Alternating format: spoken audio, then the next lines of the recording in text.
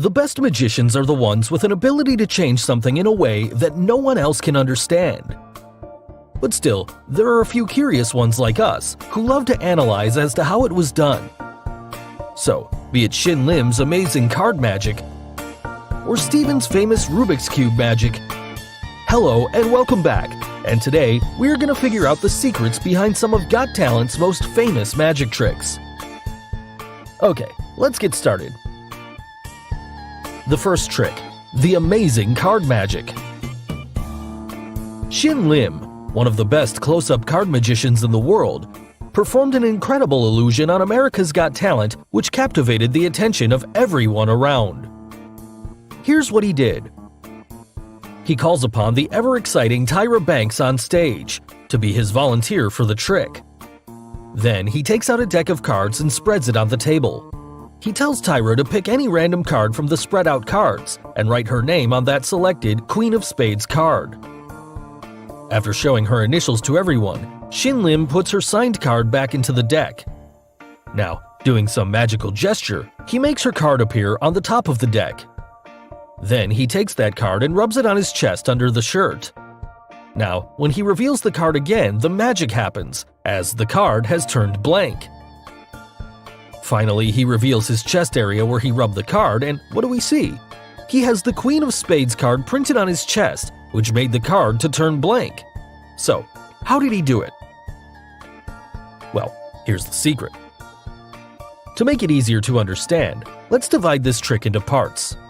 The first part, how did Shin Lim know the card Tyra selects from the deck and had the exact card printed on his chest? Well, he forced the card he wanted onto Tyra, using a famous technique known as forcing a card. Also, if you observe carefully, no one inspected the deck of cards spread out on that table, where every single card in that deck was a Queen of Spades. And now you know it, how Shin Lim forced his selection onto Tyra, as she was totally unaware and had no influence whatsoever on the card selected. So, it was obvious that he already knew in advance which card she'll pick, so he got the real tattoo of that Queen of Spades card printed just before the performance started. Also, if you see this image of him on the red carpet, just before the show, some part of that tattoo is seen printed on his chest area. Now, some of you would only imagine why Tyra's name is missing from that printed tattoo? Well, we'll leave this part for the comments section. Moving on to the next part. After he puts the signed card back into the middle of the deck, how did he make that card to magically appear at the top of the deck? Well, the deck you see is another deck, and Shin Lim, during this moment, exchanged the deck for this part of the trick. But from where did he bring the other deck? The table comes in picture here, and it has a hidden shelf on its side, inside which the gimmick deck was hidden, which he secretly switched when the camera moved away from him. Also, the black tablecloth concealed the view of the secret shelf. Now, once he switches the deck, the card you see at the top of the deck is a gimmick card. It is one single card which has a flap at the end of it to make it seem like a real deck when viewed from the front. So this is where he inserts Tyra's card, that is, below this gimmick card. Also, there is a crease in the middle of the gimmick card which lifts it slightly and makes the card easier to fold when he palms over and conceals it under his hand and then quickly gets rid of it. So, this is how he made the card to appear on the top. Finally, after picking up Tyra's signed card, how does he make the card blank by rubbing it on his chest? Actually, it's a simple one. In this deck, there was a blank card already placed under the top gimmick card, and he inserted the signed card in between. So, the blank card was placed under Tyra's card, and he carefully picks up both the cards.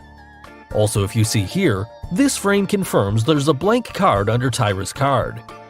Now, to make the magic happen, when he's seen putting Tyra's card under his shirt, at this moment, he leaves Tyra's card inside his shirt. Also, the shirt has a secret pocket underneath where he quickly drops that signed card with the support of his left hand. He does this while pretending to rub the card on his chest, so this makes his hands free and creates the illusion of the card turning blank. Finally, after revealing the tattoo, when he brings his hands back toward the printed card on his chest, at this moment, he gets hold of that signed card from the secret pocket and pushes it into his mouth. All this happens in a fraction of a second to create this amazing illusion. The second trick, the Rubik's Cube magic.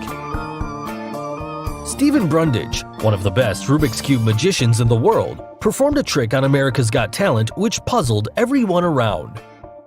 Here's what he did. He brings 2 bags and goes to the judges' table to start performing the trick. From the first bag, he takes out a solved Rubik's Cube, randomly mixes up all its 6 sides, and puts it back into the bag. A few seconds later, when he takes the cube back out with his right hand, it was now a solved cube, and then crushes the bag to confirm that there was no other cube present inside. Thereafter, he takes out another solved cube from the second bag, randomly mixes it up, and also lets Simon to mix it up at any random times before putting it back into the bag.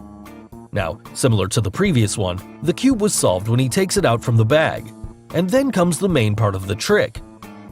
He takes out Simon's randomized cube from the bag and tells him to cover it up on all 6 sides. Finally, he mixes up the solved Rubik's Cube, which he took out from the bag, and turns it to match Simon's randomized cube on all 6 sides. So, how did he do that? Well, before revealing the secret, if you haven't subscribed to our channel yet, make sure to subscribe and hit the bell icon so that you get instant notifications of our new video uploads. Now, let's quickly get to the secret. The trick consists of 2 parts, the one involving the first bag and then the second bag. If you observe closely, after taking out the solved cube from the first bag, he rotates it 6 or 7 times before putting it back in the bag. Well, there's no illusion for this part.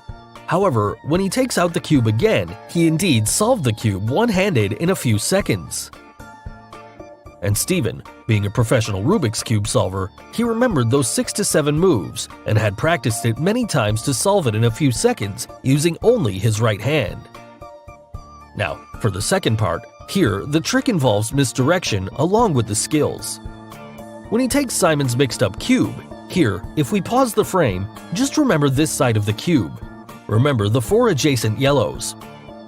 Now he puts Simon's cube into the bag and takes out a solved cube, and then the randomized unsolved cube and hands it over to Simon. Also at the end, when he matched up both cubes, none of its 6 sides matched with the cube Simon had mixed up. Yes, the one with the 4 adjacent yellows. So it's obvious, before he put Simon's cube inside the bag already had 2 cubes, the one in a solved state and another, the unsolved cube, prepared as per what Stephen wanted. Finally, he knew the moves, so he mixes up the solved cube in a very quick time, and indeed, the 2 cubes match to perfection. So now we know it. Simon's mixed up cube, after he puts it inside the bag, he secretly puts it on the floor in a move of misdirection during this moment. Also, if you see his fingers partially crushing the bag, it confirms that there were cubes already present inside. So finally, the last and a very famous trick on our list, the disappearing spheres trick. Josephine Lee, one of the best female magicians, performed an amazing disappearing act on Britain's Got Talent, which wowed everyone present. Here's what she did. She begins the trick by taking out a levitating sphere covered under a wire cloth and reveals the sphere. Thereafter, she levitates the sphere in air and does some amazing levitation tricks with that sphere. To make it even more special, she even uses a hula hoop ring and passes it around that sphere to convince everyone that there's nothing in between.